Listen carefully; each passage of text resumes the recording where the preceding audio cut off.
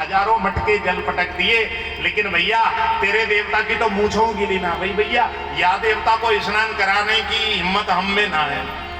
कन्हैया बोलने लगे, ब्रजवासियों तुम में हिम्मत क्यों हार गए तुम? ब्रजवासियों ने कहा, एक तो यमुना इतनी दूर है, वहां से हम जल ढोल ढोल के ले आए, हजारों मटका जल पटक दिए, लेकिन इतनों बड़ो देवता को स्नान ठीक से हो ना पाए, या के मूंछों गिली ना भाई भैया, अब बता कोई तरीका। कन्हैया बोलने लगे, ये बात पहले तुमने चुना बताई, पहले यदि बताए हो तो मैं अपनों देवता से कह के यहीं पर गंगा प्रकट करवा दे। तो ब्रजवासी बोलने लगे, कन्हैया तो फिर यदि ऐसी बात है तो तुम अब भी कहकर अपने देवता से गंगा प्रकट करवाए दो तो हमारा काम बन जाएगा।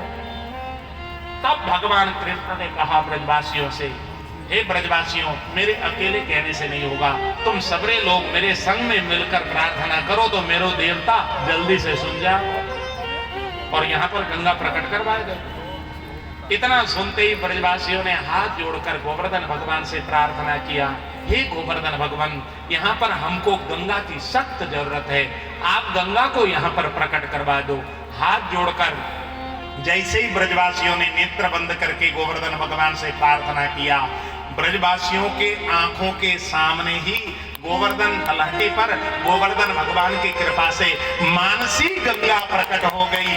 कल कल छल छल बहती हुई गंगा की निर्मल धारा को जब ब्रजवासियों ने अपने सामने देखा, गदगद हो गए। कन्हैया ते आकर बोलने लगे, कन्हैया तेरो देवता तो बड़ो गुणी मालूम पड़ता, या को कहने की देर ना भाई, अभी तो हमने पूजा नहीं किए हैं और तेरे देवता ने हमको इच्छा पूर्ति करना प्रारंभ कर दी। कन्हैया बोलने लगे, देवता किसको है? देवता भी तो मेरो है। अरे अभी तो आगे देखते जाओ क्या क्या मेरो देवता करामात करता है।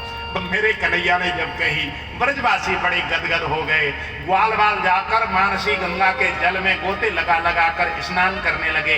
जब स्नान सबका पूर्ण हो गया, सबरे ब्रजवासी अपने मटका भर भर कर ले जाकर गोवर्धन के ऊपर पटकने लगे, हजारों मटका जल पटका, तब जाकर गोवर्धन भगवान का स्नान पूर्ण हुआ है। और जैसे ही स्नान पूर्ण हुआ, सांडिल्य पंडित जी ने पूजा की विधि को आरंभ करा दी। दूध दही घी चीनी शहद से स्नान कराया, इत्र फुलेल चढ़ाई, अनेक प्रकार के धूप दीप यज्ञोपवीत वस्त्र आदि से पूजन किया, अक्षत लगा दी, दुबड़ा चढ़ाया, तुलसी पत्र चढ़ा दी, बेल पत्र चढ़ा दी, अनेक प्रकार के धूप दीप दिखाया गया। उसके बाद भोग लगाने की जब आप बारी आई, मेरे कन्हैया ने कहा, ब्रजवासियों रुको रुको रुको रुको, ऐसे भोग नहीं लगेगा। मेरे ठाकुर के लिए सबसे पहले जितने भी पकवान बना के लेके आए हो ना, वो सबरे टोकरे ले आकर यहाँ पर सजा दो। सबरे टोकरे ले आकर सामने गोवर्धन के तलहटी पर सजा दी गई। उसके बाद सबरे ब्रजवासियों ने हाथ जोड़कर भगवान को प्रार्थना किया, भगवान पधारो और प्रसाद को पाओ। जैसे ही ब्रजवासियों ने मेरे ठाकुर को पुकारा, उस समय मेरे गोवर्धन भगवान गोवर्धन की चोटी से पैदल चलते चलते आए और ब्रजवासियों के सामने हाथ फैलाकर बोलने लगे, ब्रजवासियों भूख बहुत लगी है, भैया ले आओ प्रसाद दो, मैं प्रसाद पा लेता।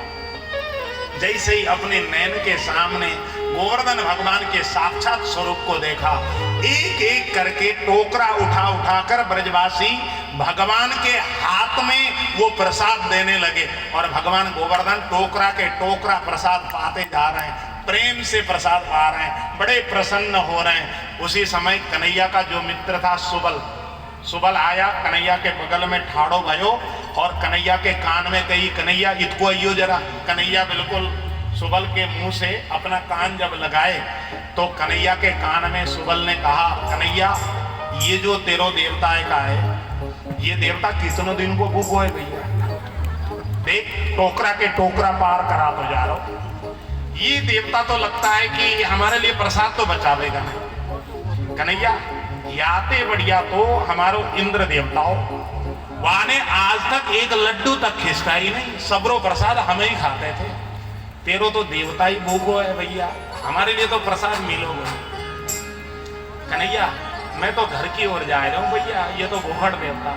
इस प्रकार कहना था। कन्हैया ने अपने मित्र को डांट लगाया है, गोवर्धन देवता के लिए ऐसे शब्द उच्चारण करता है, फटकार लगा दी भगवान ने।